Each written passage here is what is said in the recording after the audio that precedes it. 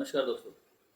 आज से हम लोग शुरू करने वाले हैं एनसीईआरटी सीरीज सीबीएसई क्लास 10 के स्टूडेंट्स के लिए सोशल स्टडीज़ की सीरीज़।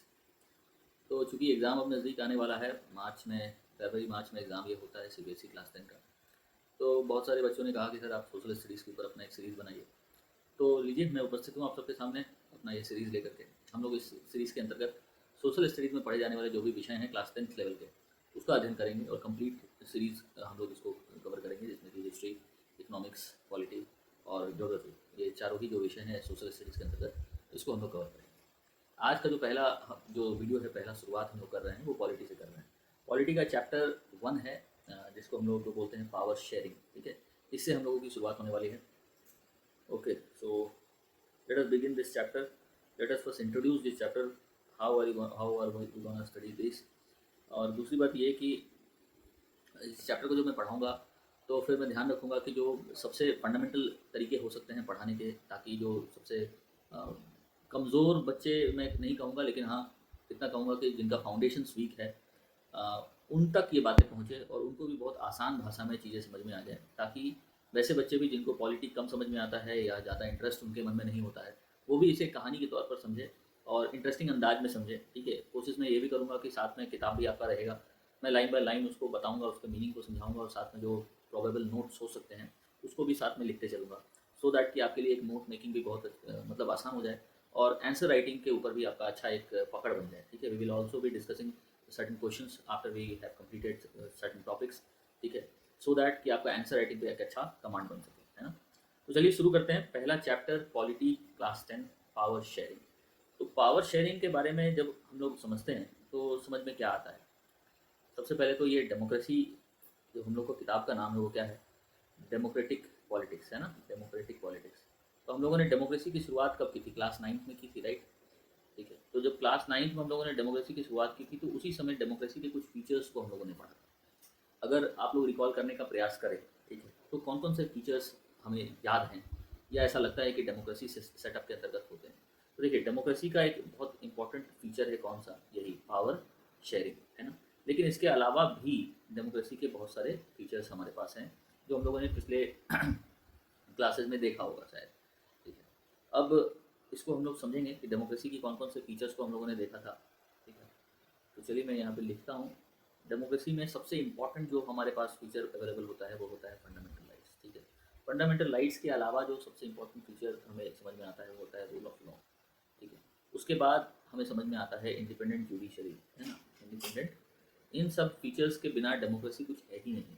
ठीक है, इंडिपेंडेंट जुडिशरी ये बहुत इंपॉर्टेंट है। उसके बाद पावर शेयरिंग। ठीक है, जब पावर शेयरिंग पढ़ते हैं, अभी फिलहाल तो पावर शेयरिंग के बारे में पढ़े, लेकिन जब आप देखिएगा तो पावर शेयरिंग के अंतर्गत ही जो हमारा अगला चैप्टर है, तो इसी चीज़ का एक कंटिन्यूएशन है, इंडिया में पावर को कैसे शेयर किया गया। तो उसमें हम लोगों को पढ़ना है फेडरलिज्म का सिद्धांत। ठीक है, फेडरलिज्म। इसके अलावा डीपीएसपी वगैरह भी जो है वो डेमोक्रेटिक सेटअप के अंतर्गत ही किए जाने वाले प्रावधान हैं, सो दैट जो राज्य है वो अपने कर्तव्य को सही तरीके से निभा सके, है ना। अब ये तो कुछ ऐसे ही मैं जस्ट बता रहा हूँ, एक समरी के तौर पर डेमोक्रेसी के फीचर्स को बताने का प्रयास कर रहा हूँ, ताकि एक छोटा सा रिवीजन हो जाए आप लोगों का। ठीक है, तो fundamental rights, rule of law, independent judiciary, power sharing, federalism, DPSP, ये सब डेमोक्रेसी के फीचर्स हैं। अब इसमें से जो इस बार हम लोगों को पढ़ना है वो है पावर शेयरिंग।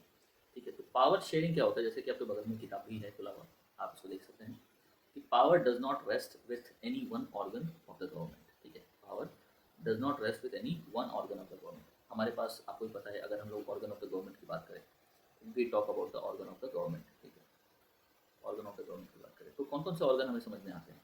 हाँ, अगर मैं बात करूँ तो चलिए ठीक है, मैं यहाँ लिख के दिखाता हूँ। अगर हम ऑर्गन ऑफ द गवर्नमेंट की बात करें, ठीक है,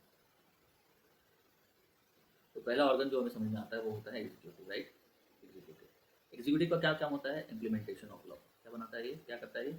इम्प्लीमेंटेशन ऑफ लॉ को इम्प्लीमेंट करता है। ठीक है, दूसरा है लेजिस्लेटिव। ठीक है, another important, very important organ of the government, legislative. ये क्या करता है? तो मेकिंग ऑफ लॉ। ठीक है, मेक्स लॉ कह सकते हैं, मेक्स लॉ, कानून बनाने का काम करता है। और जो तीसरा है हमारे पास अवेलेबल, वो है जुडिशरी। ठीक है, जुडिशरी, जुडिशरी क्या करता है? ये करता है चेक्स, है ना, चेक करने का ये काम करता है। क्या चेक करता है? Checks the implementation.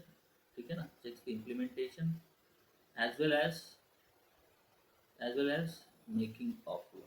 ठीक है, मतलब तो जो कानून बन रहे हैं, कानून बनने की जो प्रक्रिया है, तो जो कानून जो बना है, ठीक है, तो वो संविधान संगत है या नहीं।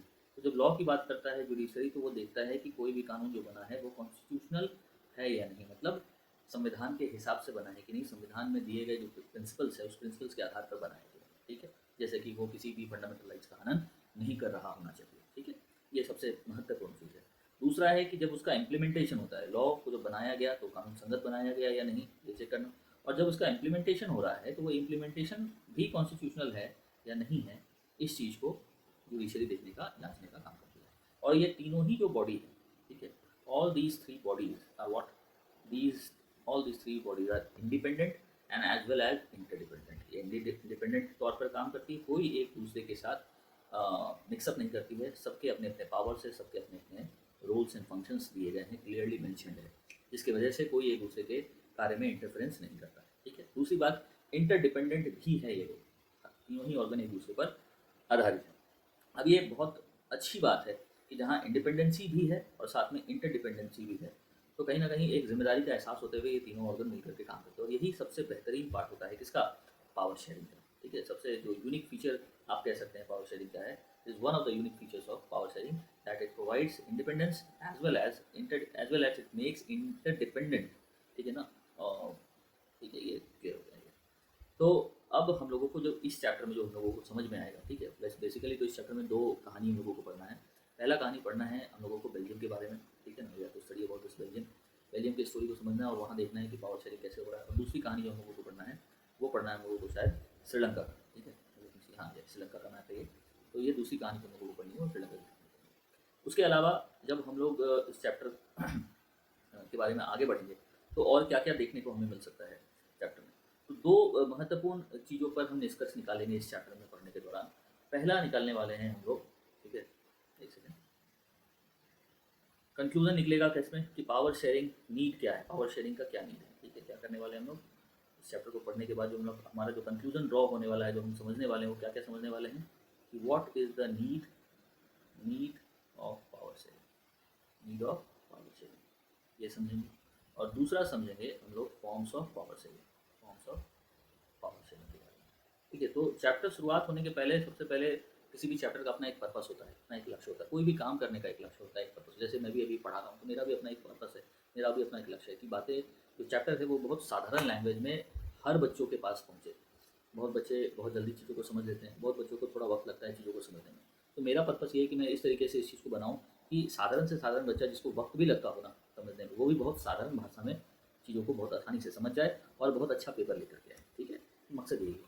तो ऑब्वियस सी बात है, मैं अपने कोर्स को उसी तरीके से डिज़ाइन करूँगा। सिमिलरली जब पावर शेयरिंग की हम बात कर रहे हैं तो हम जब ये चैप्टर की बात कर रहे हैं तो चैप्टर का सबसे पहले पर्पस डिसाइड करेंगे कि what should be the purpose of this chapter. तो दो महत्वपूर्ण पर्पस है, क्या है कि पावर शेयरिंग की ज़रूरत क्यों पड़ती है डेमोक्रेसी में, ठीक है। दूसरा है फॉर्म्स ऑफ पावर शेयरिंग। और इसी चीज़ को समझाने के लिए हम दो केस स्टडी को समझ रहे होंगे, बेल्जियम की कहानी को और दूसरा हम समझ रहे होंगे श्रीलंका की कहानी को, और फिर दोनों को कंपेयर करेंगे और फिर ये समझेंगे कि which is the better one, कौन ज़्यादा सही है अगर हम एक डेमोक्रेटिक सेटअप की बात करते हैं, या ओवरऑल डेवलपमेंट की, या ओवरऑल फंक्शनिंग की, या फिर ओवरऑल वेलबींग की बात करते हैं, ठीक है।